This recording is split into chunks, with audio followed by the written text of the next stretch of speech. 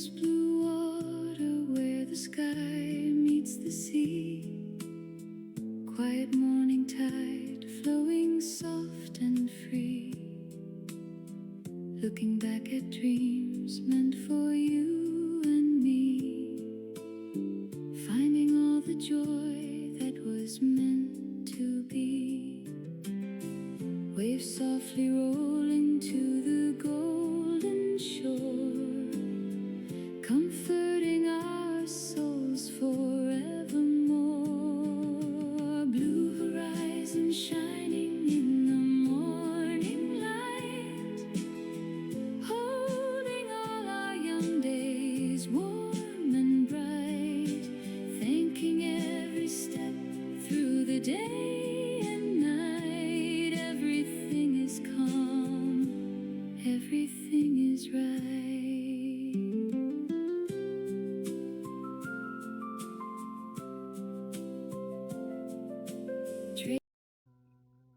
항결핵제 복용 방법에 관한 설명으로 옳은 것은 1. 2주 동안 복용한다. 2. 증상이 없으면 복용량을 줄인다. 3. 약물 복용이 끝날 때까지 격리한다. 4. 주기적으로 간 기능 검사를 하면서 복용한다. 5. 항결핵제 중 한 가지 약물을 복용하는 것이 원칙이다.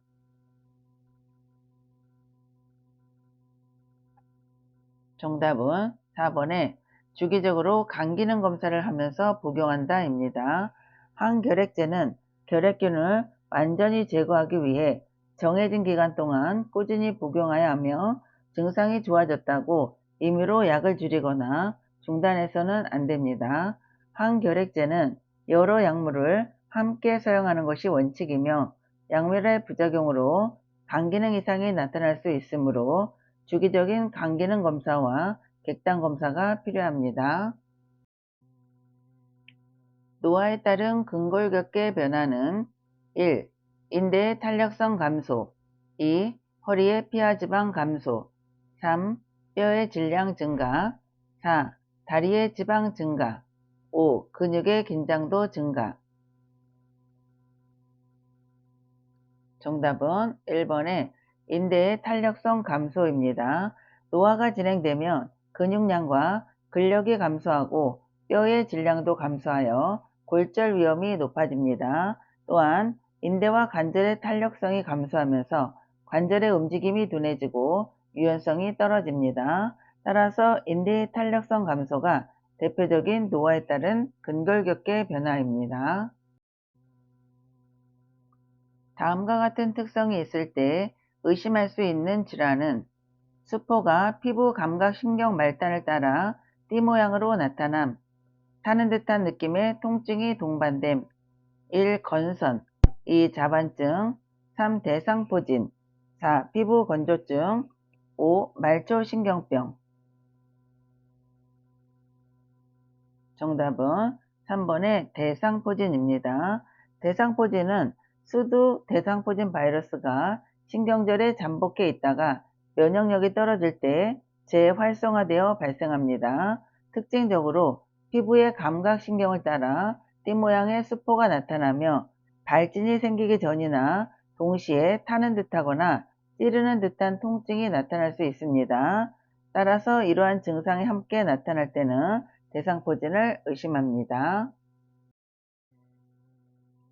전립선 비대증의 증상에 해당하는 것은 1.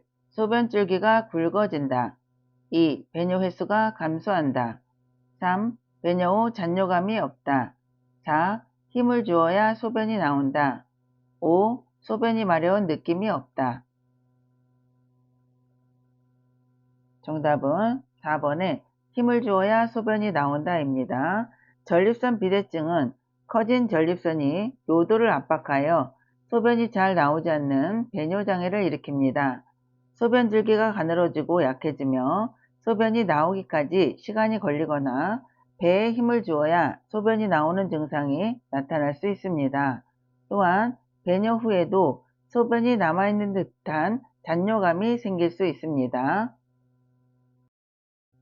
노화로 나타날 수 있는 내분비계 변화는 1. 공복 혈당이 감소한다. 2.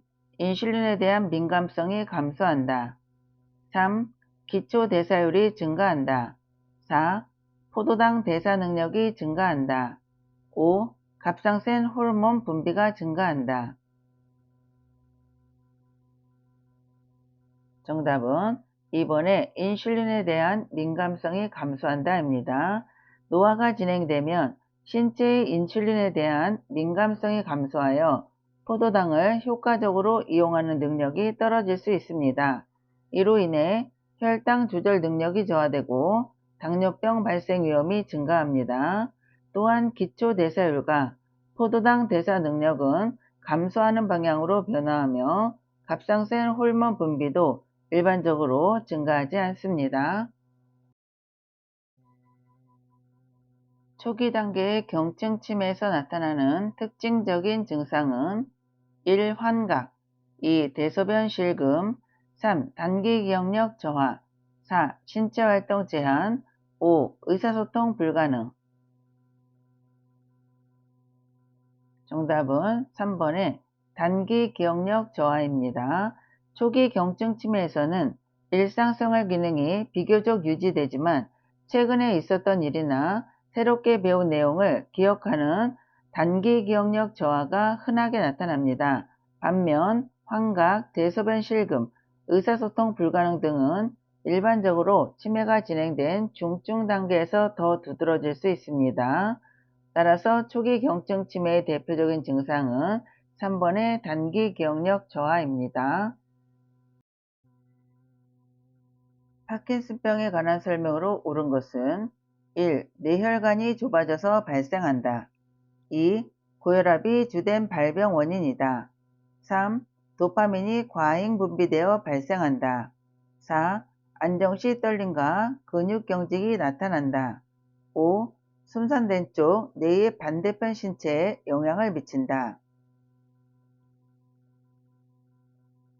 정답은 4번의 안정시 떨림과 근육 경직이 나타난다입니다. 파킨슨병은 뇌의 도파민을 생성하는 신경세포가 감소하면서 발생하는 퇴행성 질환입니다. 대표적인 증상으로 안정시 떨림, 근육 경직, 운동 완만, 자세 불안정 등이 나타납니다. 도파민이 과잉 분비되는 것이 아니라 감소하는 것이 특징입니다. 5번은 손상된 쪽 뇌의 반대편 신체에 영향을 미치는 것은 뇌졸중이 해당이 됩니다.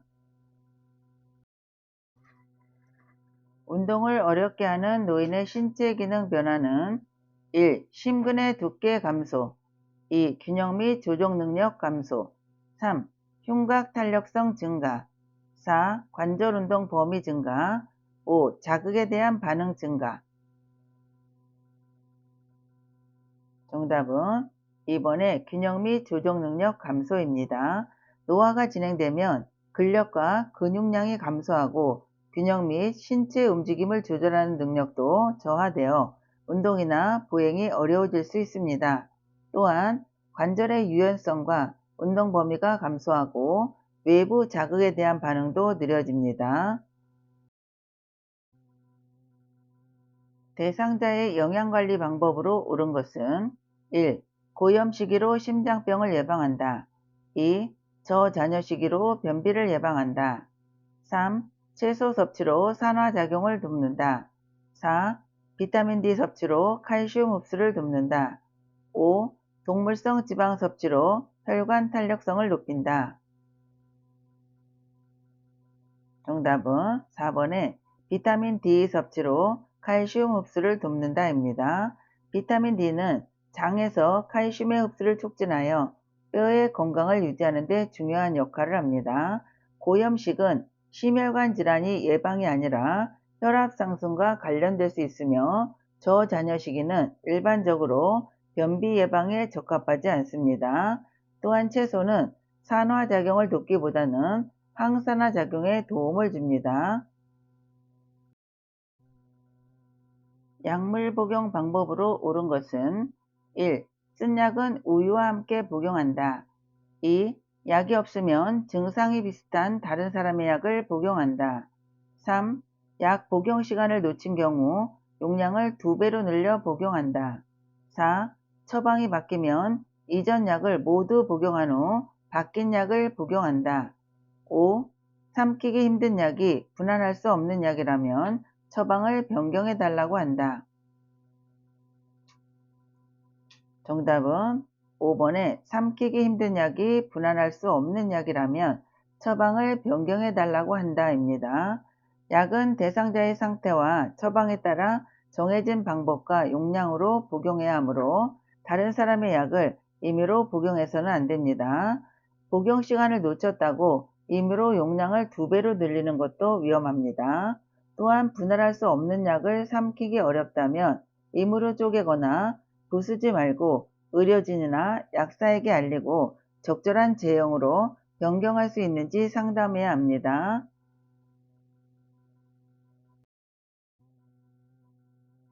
금연으로 기대할 수 있는 결과는 1. 후각과 미각이 무뎌진다. 2. 혈압이 정상보다 높아진다. 3. 심장 발작 위험이 증가한다. 4. 폐암으로 사망할 확률이 증가한다. 5. 혈중 일산화탄소량이 정상으로 회복된다. 정답은 5번에 혈중 일산화탄소량이 정상으로 회복된다입니다. 담배를 끊으면 흡연으로 증가했던 혈중 일산화탄소 농도가 감소하여 정상 수준으로 회복됩니다. 또한 시간이 지나면서 후각과 미각이 좋아지고 심혈관 질환 및 폐암 등의 위험도 감소합니다. 반대로 금연은 혈압을 높이거나 심장 발작과 폐암 사망 위험을 증가시키는 것이 아닙니다.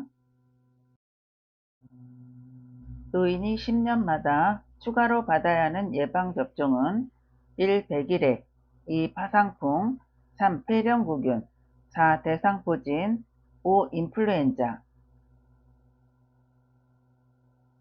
정답은 2번의 파상풍입니다.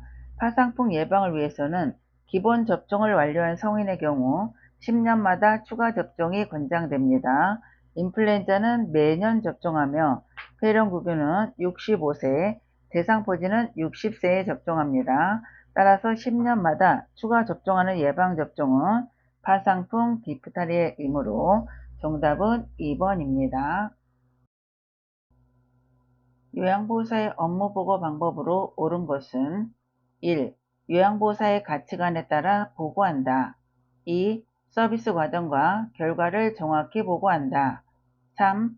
보고 내용이 복잡할 때 구두로 보고한다. 4. 상황이 급할 때 원인부터 순차적으로 보고한다. 5. 예기치 않은 사고 발생 시 서면으로 먼저 보고한다. 정답은 2번에 서비스 과정과 결과를 정확히 보고한다입니다. 요양보호사는 자신의 가치관이나 개인적인 판단을 포함하기보다 대상자에게 제공한 서비스의 과정과 결과를 사실에 근거하여 정확하게 보고해야 합니다. 특히 긴급하거나 예기치 않은 상황이 발생하면 신속한 대처와 함께 적절한 방법으로 보고해야 합니다. 복잡한 내용이라고 무조건 구두보고를 하는 것이 아니며 상황이 급할 때는 결과나 현재 상황을 우선적으로 간결하게 보고하는 것이 중요합니다. 요양보호 기록의 목적은 1. 장기요양 서비스의 비용 절감 2. 요양보호사의 업무 부담 완화 3. 요양보호 업무의 원활한 연계 4. 문제 발생 시 법적 책임 회피 5. 장기요양 서비스 제공 시간 단축. 정답은 3번의 요양보호 업무의 원활한 연계입니다.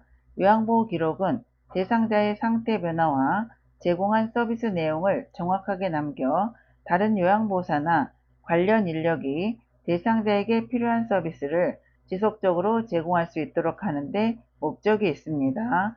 기록을 통해 업무 내용을 서로 공유하고 요양보호 업무가 원활하게 연계될 수 있습니다. 사전 연명의료 의향서에 관한 설명으로 옳은 것은 1. 작성한 후에는 철회할 수 없다. 2. 작성과 동시에 효력이 발생한다. 3. 본인이 직접 작성하지 않은 경우 효력이 없다. 4. 작성한 후 병의원 어디서나 등록할 수 있다. 5. 연명의료 중단 시 통증 완화를 위한 의료행위가 중단된다. 정답은 3번에 본인이 직접 작성하지 않은 경우 효력이 없다입니다. 사전연명의료의향서는 19세 이상의 사람이 자신의 연명의료에 관한 의사를 미리 작성하는 문서로 본인이 직접 작성해야 합니다. 작성한 후에도 언제든지 변경하거나 철회할 수 있으며 작성했다고 해서 즉시 연명의료가 중단되는 것은 아닙니다. 또한 연명의료를 중단하더라도 통증 완화 등 기본적인 돌봄과 의료행위는 계속될 수 있습니다. 인종이 임박한 대상자를 돕는 방법은 1. 안위를 위해 기저귀를 제거해 준다. 2. 체온 유지를 위해 전기담요를 사용한다. 3. 음식이나 수분 섭취를 강요하지 않는다. 4. 대상자가 반응하지 않으면 말하지 않는다. 5. 숨쉬는 것을 돕기 위해 상체를 낮춰준다. 정답은 3번에 음식이나 수분 섭취를 강요하지 않는다입니다. 임종이 가까워지면 식욕과 수분 섭취가 자연스럽게 감소할 수 있으므로 음식이나 수분 섭취를 억지로 강요하지 않습니다. 대신 입안을 촉촉하게 해주는 등 대상자가 편안함을 느낄 수 있도록 돕습니다. 또한 반응이 없더라도 대상자가 들을 수 있으므로 차분하게 말을 건네는 것이 좋습니다. 전기담요는 화상 위험이 있어 주의해야 하며 호흡이 어려울 때는 상체를 낮추기보다 편안한 자세를 취하도록 돕습니다. 의식이 없는 대상자의 경관 영양을 돕는 방법은 1. 비위관이 잘 고정되어 있는지 확인한다. 2. 비위관이 빠졌을 때는 즉시 밀어넣는다. 3. 흡수가 잘 되도록 최대한 천천히 주입한다. 4. 입안의 청결을 위해 알코올 솜으로 닦아준다. 5. 냉장 보관된 유효기간이 지난 영양액은 끓여서 주입한다. 정답은 1번에 비위관이 잘 고정되어 있는지 확인한다입니다. 경관영양을 시행하기 전에는 비위관이 제대로 위치하고 고정되어 있는지 확인하여 영양액이 기도로 들어가는 것을 예방해야 합니다. 비위관이 빠졌다면 요양보호사가 임의로 다시 삽입해서는 안 됩니다. 또한 영양액은 정해진 방법과 속도로 주입하고 유효기간이 지난 영양액은 버린다입니다.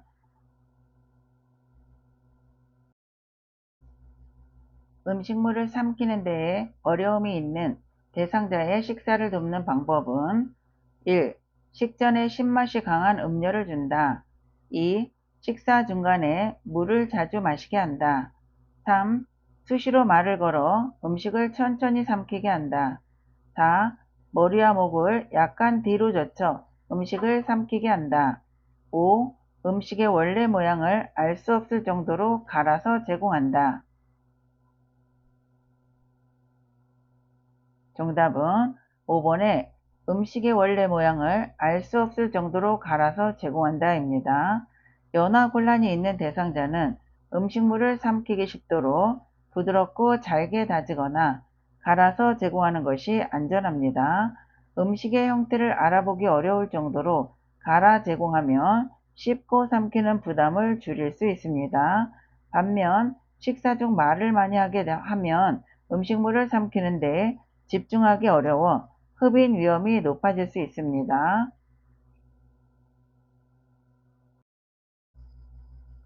자주 살에 들리는 대상자의 가루약 복용을 돕는 방법은 1. 음식에 섞어 먹인다. 2. 물약에 섞어 빨대로 먹인다. 3. 혀 밑에 넣어 녹여 먹게 한다. 4. 입에 물을 머금게 한 후에 약을 넣어준다. 5. 숟가락에 담은 약에 물을 넣어 녹여 먹인다. 정답은 5번에 숟가락에 담은 약에 물을 넣어 녹여 먹인다입니다.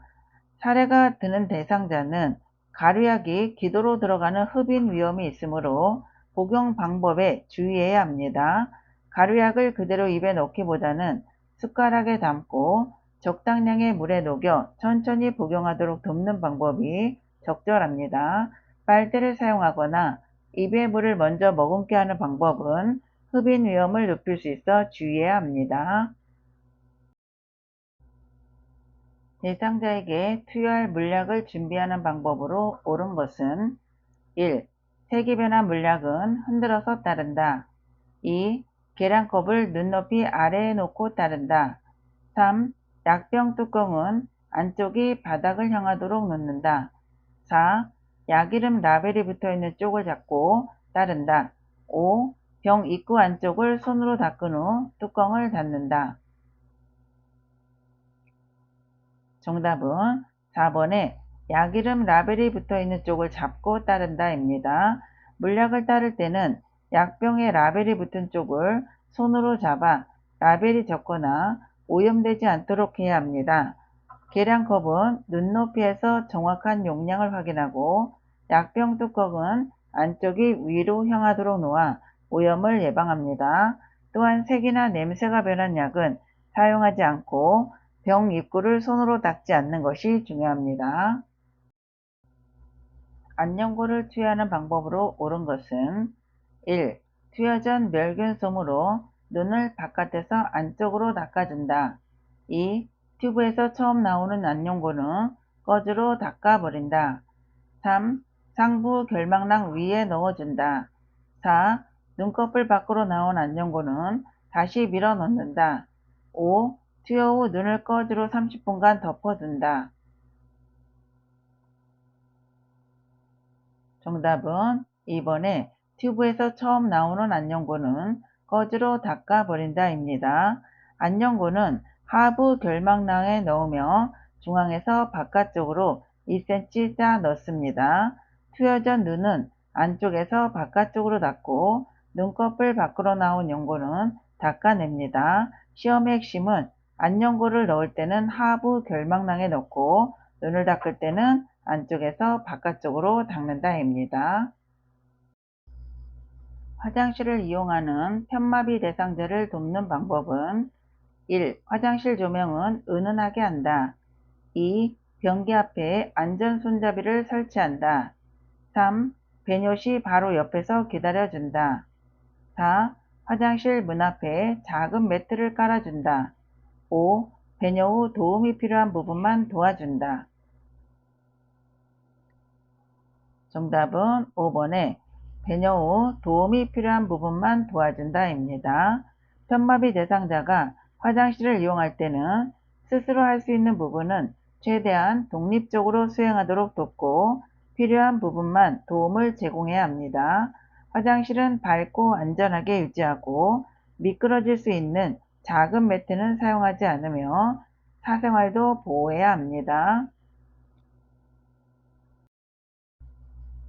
이동변기를 사용하여 배설하는 대상자를 돕는 방법은 1. 이동변기 밑에 수건을 깔아준다.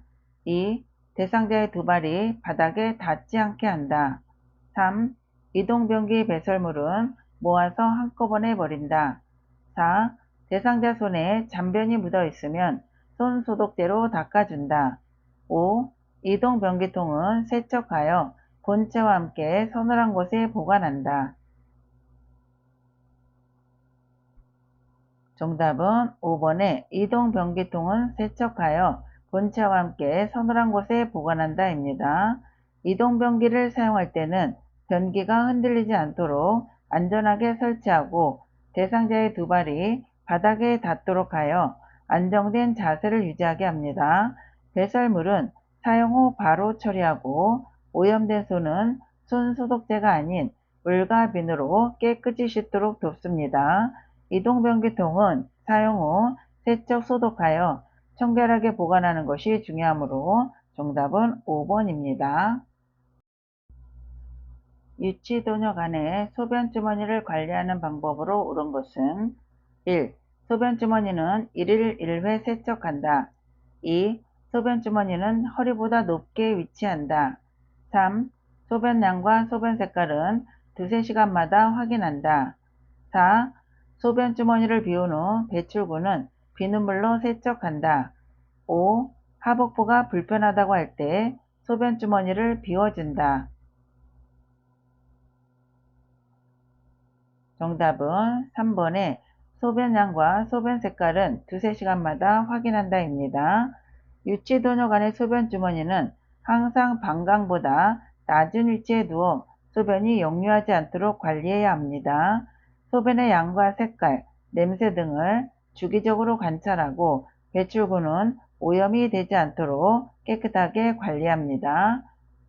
1번 보시면 소변 주머니를 세척한다고 나오면 세척은 틀리는 겁니다. 소변 주머니는 세척이 아니라 2주에 한 번씩 교체를 합니다. 2번은 소변 주머니는 허리보다 높게가 아니고 낮게 위치를 해야 합니다. 4번에 소변 주머니를 비운 후 배출구는 비눗물이 아니고 알코올 솜으로 닦아줘야 되겠죠. 5번에 하복부가 불편하다고 할 때는 소변주머니를 비워주는 게 아니라 소변줄이 꺾였는지를 확인을 해야 되겠죠. 기저귀를 사용하는 대상자를 돕는 방법은 1. 기저귀를 사용해도 변기 사용을 시도한다. 2. 수면 시간 이외에는 창문을 항상 열어둔다. 3. 피부 발적이 보이면 문지르며 마사지해준다. 4. 하루에 3번 규칙적으로 기저귀를 갈아준다. 5. 기저귀에 대변이 조금 묻은 경우 떨어내고 재사용한다. 정답은 1번에 기저귀를 사용해도 변기 사용을 시도한다입니다. 기저귀를 사용하는 대상자라도 가능한 경우에는 변기 사용을 시도하도록 하여 배변 훈련을 함으로써 배설의 자립을 돕는 것이 중요합니다. 피부가 붉어졌을 때는 문지르거나 마사지하지 말고 깨끗하게 씻어 피부를 보호해야 하며 기저귀는 오염되면 즉시 교환합니다. 따라서 기저귀를 사용해도 변기 사용을 시도하는 1번이 맞습니다. 통목욕을 할 때 머리를 감기는 방법으로 옳은 것은 1. 저녁 식사 후에 감긴다. 2. 10도 정도의 물로 감긴다. 3. 머리 감기 전에 소변을 보게 한다. 4. 젖은 머리는 빗질한 후 드라이기로 말린다. 5. 두피 손상이 있으면 두피 보호제를 발라준다. 정답은 3번에 머리 감기 전에 소변을 보게 한다입니다. 통목욕 중 머리를 감길 때는 목욕 전에 소변을 보게 하여 목욕 중 불편함을 예방하는 것이 중요합니다. 식전 식후는 피하며 물은 너무 차갑지 않게 35도 정도의 적절한 온도로 사용하고 젖은 머리는 수건으로 물기를 제거한 후 드라이기로 완전히 말려 감기 예방에 주의합니다. 두피 손상이 있으면 보고한다가 답입니다. 두발 전용 세정제를 사용하여 머리를 청결하게 하는 방법으로 옳은 것은 1. 거품을 머리에 발라 손톱으로 마사지한다. 2. 세정제를 머리에 바르고 30분 후에 닦아낸다. 3. 세정 후 마른 수건으로 머리를 충분히 닦아 말려준다. 4. 세정제를 손에 적셔 충분히 거품을 낸 후 머리에 바른다. 5. 모발이 많이 더러운 경우 세정제를 물에 타서 사용한다. 정답은 3번에 세정 후 마른 수건으로 머리를 충분히 닦아 말려준다입니다. 두발 전용 세정제를 사용한 후에는 마른 수건으로 머리의 물기를 충분히 닦아 말려주는 것이 중요합니다. 손톱으로 두피를 마사지하면 피부가 손상될 수 있어 손끝으로 마사지해야 합니다. 세정제는 손에 적셔 거품을 내는 것이 아니라 머리에 직접 도포 후 마사지 후 마른 수건으로 머리를 충분히 닦아 말려줍니다. 모발이 많이 더러운 경우는 세정제를 물에 타는 것이 아니라 같은 방법으로 다시 한번 시행한다입니다. 회음부 청결을 돕는 방법은 1. 누워서 다리를 쭉 편 상태에서 닦는다. 2. 회음부에 남은 비눗물은 물휴지로 닦는다. 3. 분비물에서 냄새가 나면 좌욕을 하게 한다. 4. 회음부를 닦을 때는 전용 수건을 사용한다. 5. 목욕담요는 마른 목골로 펴서 등 밑에 깔아준다. 정답은 4번에 회음부를 닦을 때는 전용 수건을 사용한다 입니다. 회음부 청결은 감염 예방을 위해 회음부 전용 수건을 사용하여 깨끗하게 관리하는 것이 중요합니다. 대상자는 편하게 무릎을 구부린 자세를 취하게 하고 비눗물이 남지 않도록 깨끗한 물로 충분히 닦아줍니다. 분비물에서 냄새가 나면 간호사한테 보고를 해야 하고 목욕담요는 등 밑에 까는 것이 아니라 몸통과 다리를 덮는다입니다. 침상 목욕을 놓을 때 신체 부위 A와 닦는 방향 B가 바르게 연결된 것은 1. 팔, 윗팔에서 손목 쪽으로 2. 유방, 목에서 배꼽 쪽으로 3. 복부, 배꼽을 중심으로 시계 반대 방향으로 4. 회음부, 항문에서 요도 쪽으로 5. 다리, 발끝에서 허벅지 쪽으로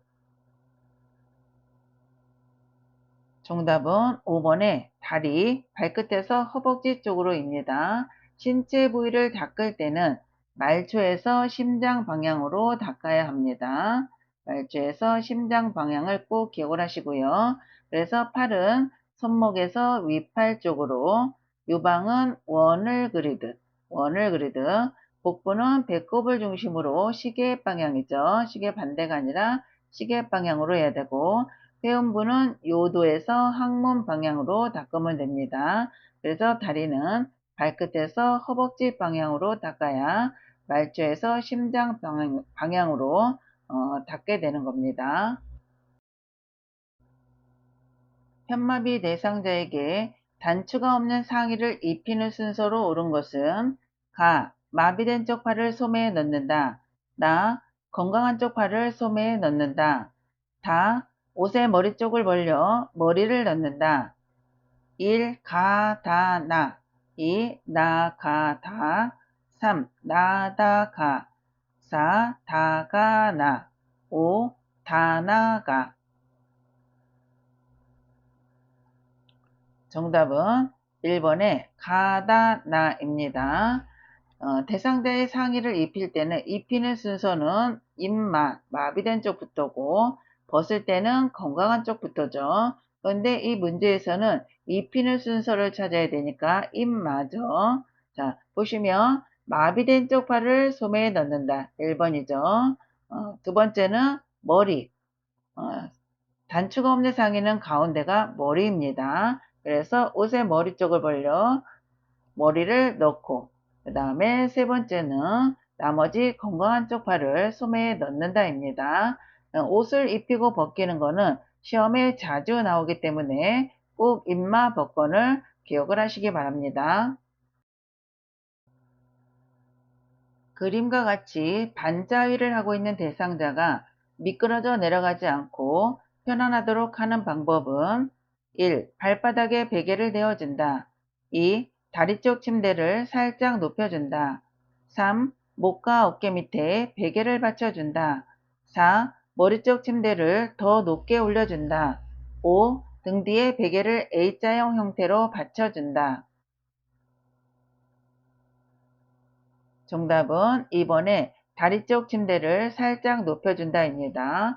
대상자가 반자위를 하고 있을 때는 다리 쪽에 침대를 살짝 올려주면 미끄러져 내려가지 않겠죠. 침대에 누워있는 왼쪽 편마비 대상자를 건강한 쪽으로 돌려 눕히는 순서로 옳은 것은 가. 엉덩이와 아래쪽 어깨를 움직여 편안하게 해준다. 나. 무릎을 세우고 양손을 가슴 위에 포개 놓는다. 다. 엉덩이와 어깨를 지지하여 돌려 눕힌다. 라. 대상자의 오른쪽에 선다. 가나다라 순서를 한번 맞춰보세요.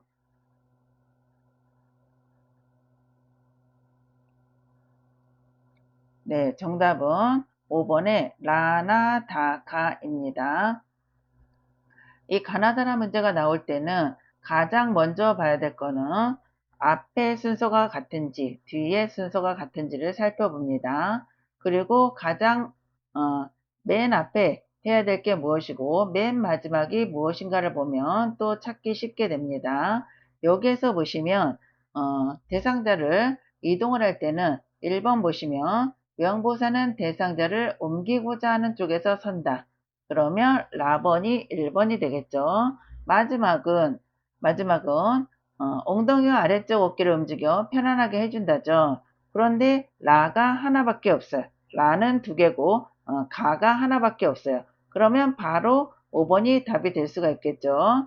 그런데 순서를 한번 보시면 대상자의 오른쪽에 선다. 대상자의 무릎을 세우고 양손을 가슴 위에 포개 놓는다. 세 번째는 엉덩이, 반대쪽 엉덩이와 어깨를 지지하여 돌려 눕힌다입니다. 네 번째는 엉덩이를 뒤로 빼고 어깨를 뒤로 빼면 훨씬 더 편안해지겠죠. 네. 그래서 그림으로 다시 한번 보겠습니다. 대상자를 옆으로 돌려 눕히기입니다. 대상자의 옮기고자 하는 쪽에 가서 요양보호사가 섰죠. 그 다음에는 대상자의 머리를 돌아가는 쪽으로 돌려야 되고요. 손은 가슴에, 무릎은 세워야 되겠죠. 그 다음에 요양보호사 손은 대상자의 반대쪽 어깨와 엉덩이를 잡고 요양보호사 쪽으로 돌리게 됩니다. 그 다음에 엉덩이를 뒤로 빼고 어깨를 뒤로 빼면 좀 더 편안한 자세가 되겠죠. 이후에 다리 사이에 벽에 대주고 가슴과 등 뒤에 벽에를 대주면 대상자가 훨씬 더 편안해지겠습니다. 침대에 걸터 앉아있는 오른쪽 편마비 대상자를 휠체어로 이동시키는 순서로 옳은 것은 가. 대상자를 휠체어에 옮겨 깊숙이 앉힌다. 나. 휠체어 발 받침대를 펴서 발을 올려준다. 다. 대상자의 왼손으로 휠체어 팔걸이를 잡게 한다. 라. 휠체어를 대상자의 침대 왼쪽에 30에서 45도 각도로 내게 놓는다. 가나다라 한번 찾아보세요.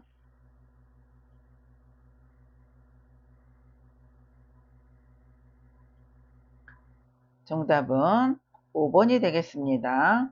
여기에서 가나다라 순서를 보시면 대상자가 침대에 앉아 있다가 휠체어에 앉는 겁니다. 그럼 휠체어에 앉은 다음에는 발판에 다리를 올려야 되겠죠. 그래서 가 다음에 나가 되겠고요. 순서는.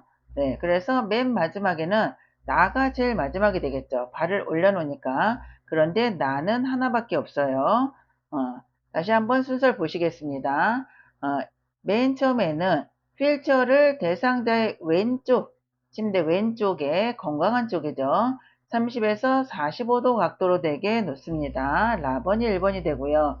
그 다음에 대상자의 왼손으로 휠체어의 먼쪽 팔걸이에 손을 잡게 듭니다. 네, 다가 2번이 되겠죠. 그 다음에 대상자를 일으켜 세워서 앉히죠. 그러니까 앉히는 게 세 번째고요. 그 다음에 발판에 다리를 올려놓는 나가 맨 마지막이 되겠습니다. 오른쪽 다리에 힘이 없는 대상자가 그림과 같은 보행기로 이동할 때 순서로 옳은 것은 1. 왼쪽 다리, 오른쪽 다리, 보행기 2. 왼쪽 다리, 오른쪽 다리와 보행기 3. 왼쪽 다리와 보행기, 오른쪽 다리 4. 오른쪽 다리, 왼쪽 다리, 보행기 5. 오른쪽 다리와 보행기, 왼쪽 다리 정답은 5번의 오른쪽 다리와 보행기, 왼쪽 다리입니다. 대상자가 힘이 없을 때는 힘이 없는 다리와 보행기가 함께 이동을 하고요. 나머지 다리가 가면 되겠죠.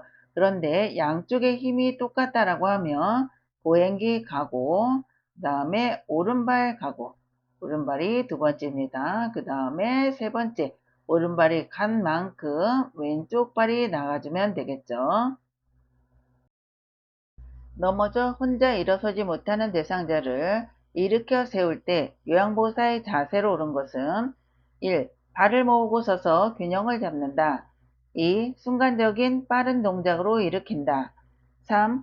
허리를 굽혀 척추의 안정성을 높인다. 4. 한쪽 다리에 체중을 실어서 일으킨다. 5. 한 발을 다른 발보다 약간 앞에 두어 지지면을 넓힌다. 정답은 5번에 한 발을 다른 발보다 약간 앞에 두어 지지면을 넓힌다입니다. 넘어진 대상자를 일으킬 때는 요양보호사가 발을 앞뒤로 벌려 지지면을 넓히고 안정된 자세를 유지하는 것이 중요합니다. 허리를 굽히거나 한쪽 다리에 체중을 싣지 말고 대상자의 상태를 확인하면서 천천히 안전하게 일으켜야 합니다. 따라서 한 발을 다른 발보다 약간 앞에 두어 지지면을 넓히는 5번이 맞습니다. 휠체어의 잠금 장치가 고정되지 않는 문제가 발생했을 때 점검해야 하는 곳은 1. 가나 2. 가다 3. 다라 4. 나마 5. 라마 정답은 2번에 가하고 다죠. 가하고 다. 네, 가는 뭐예요? 타이어의 공기압이죠. 다는 브레이크입니다. 타이어의 공기압이 빠지면 브레이크가 잘 잠기지 않겠죠. 감염이 있는 대상자에게 탈수가 있을 때 나타날 수 있는 증상은 1. 식욕 증가 2. 피부 발진 3. 갈증 감소 4. 전신 부종 5. 소변 횟수 감소 정답은 5번의 소변 횟수 감소입니다. 탈수가 발생하면 체내 수분이 부족해져 소변의 양과 횟수가 감소하고 입안이 마르며 갈증이 증가할 수 있습니다. 특히 감염이 있는 대상자는 발열과 땀 등으로 수분 손실이 증가할 수 있어 탈수 증상을 주의 깊게 관찰해야 합니다. 따라서 소변 횟수가 감소하는 5번이 맞습니다. 화재가 발생하여 옷에 불이 붙었을 때 대처 방법은 1. 마른 수건으로 입을 막고 대피한다. 2. 달리면서 바람을 이용하여 불을 끈다. 3. 몸에 걸친 모든 옷을 신속하게 벗는다. 4. 얼굴을 가리고 바닥에서 뒹굴며 불을 끈다.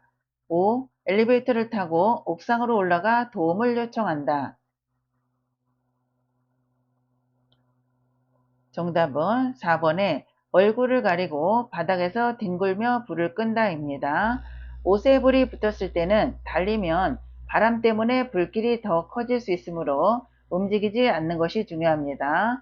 얼굴을 보호하면서 바닥에 몸을 낮추고 뒹굴어 불을 끄는 방법이 안전합니다. 따라서 얼굴을 가리고 바닥에서 뒹굴며 불을 끄는 4번이 맞습니다.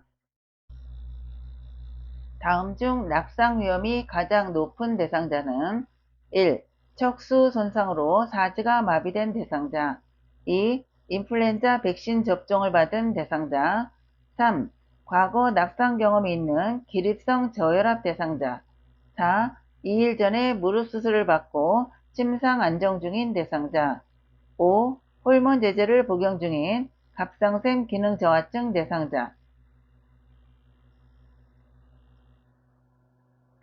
정답은 3번에 과거 낙상 경험이 있는 기립성 저혈압 대상자입니다. 낙상 위험이 높은 대상자는 과거 낙상 경험이 있고 기립성 저혈압이 있는 대상자입니다. 과거 낙상 경험은 다시 넘어질 가능성을 높이고 기립성 저혈압은 갑자기 일어설 때 어지럼증이나 실신을 일으킬 수 있어 특히 주의해야 합니다. 따라서 3번이 맞습니다. 식기 장애가 있는 대상자의 식사를 돕는 방법은 1. 큰 숟가락을 사용하여 먹게 한다. 2. 앉은 자세에서 턱을 들고 씹게 한다. 3. 식사 후 2~3시간 정도 앉아 있게 한다. 4.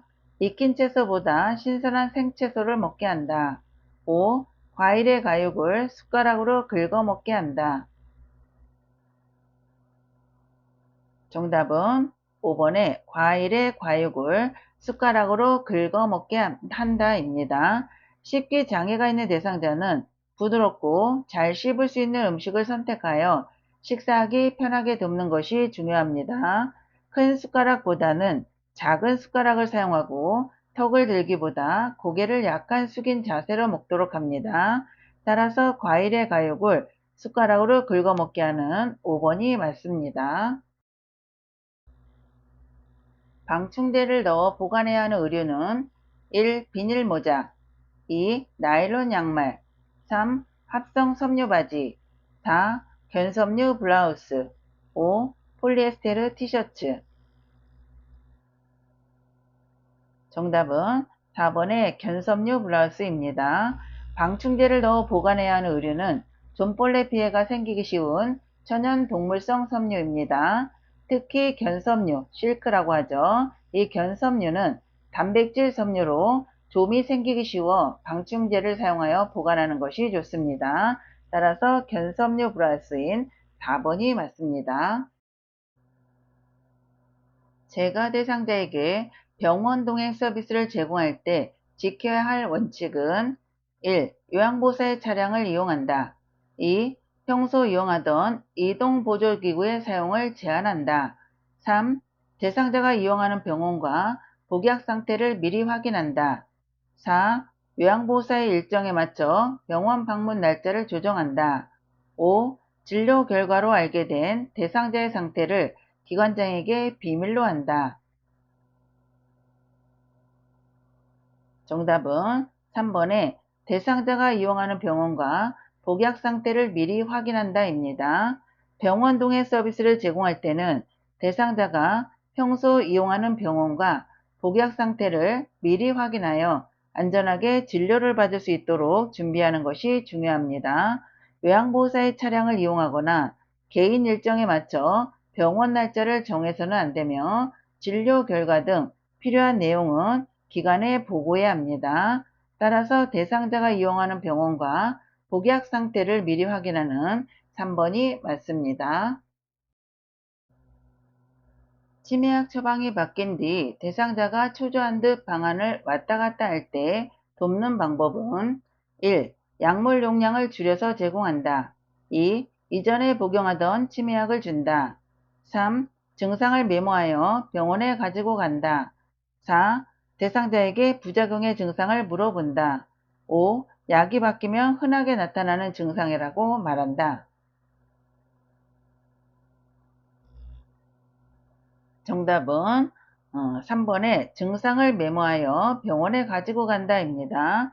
치매약 처방이 바뀐 후 초조하거나 안절부절 못하는 행동이 나타나면 약을 임의로 줄이거나 이전 약을 다시 투여해서는 안 됩니다.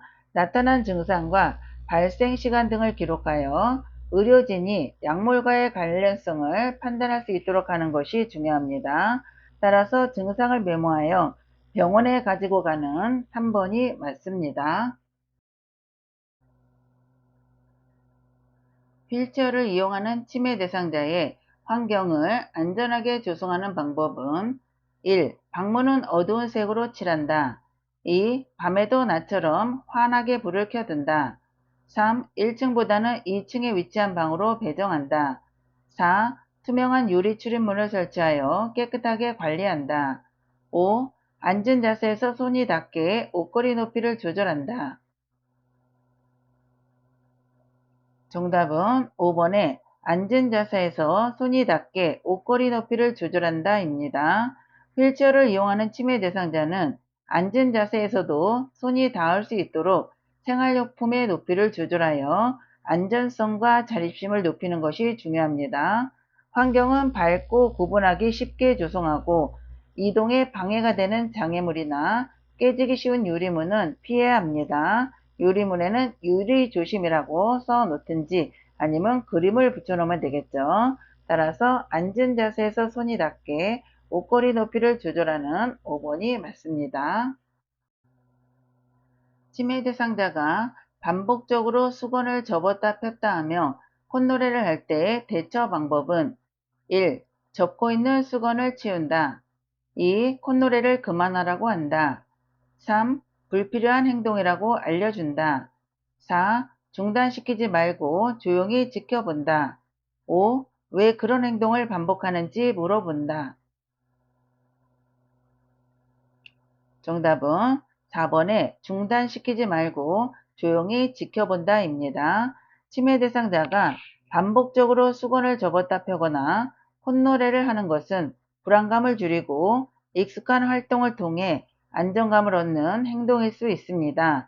이런 행동을 억지로 중단시키거나 잘못된 행동이라고 지적하지 말고 안전에 문제가 없다면 그대로 지켜보는 것이 중요합니다. 따라서 중단시키지 말고 조용히 지켜보는 4번이 맞습니다. 치매 대상자가 밤낮이 바뀌어 점심 식사 후 계속 졸고 있을 때 돕는 방법은 1. 주변 소음을 없앤다. 2. 함께 장을 보러 나간다. 3. 커튼을 쳐서 어둡게 한다. 4. 우유를 제공하여 숙면하게 한다. 5. 말을 걸지 않고 혼자 쉬게 한다.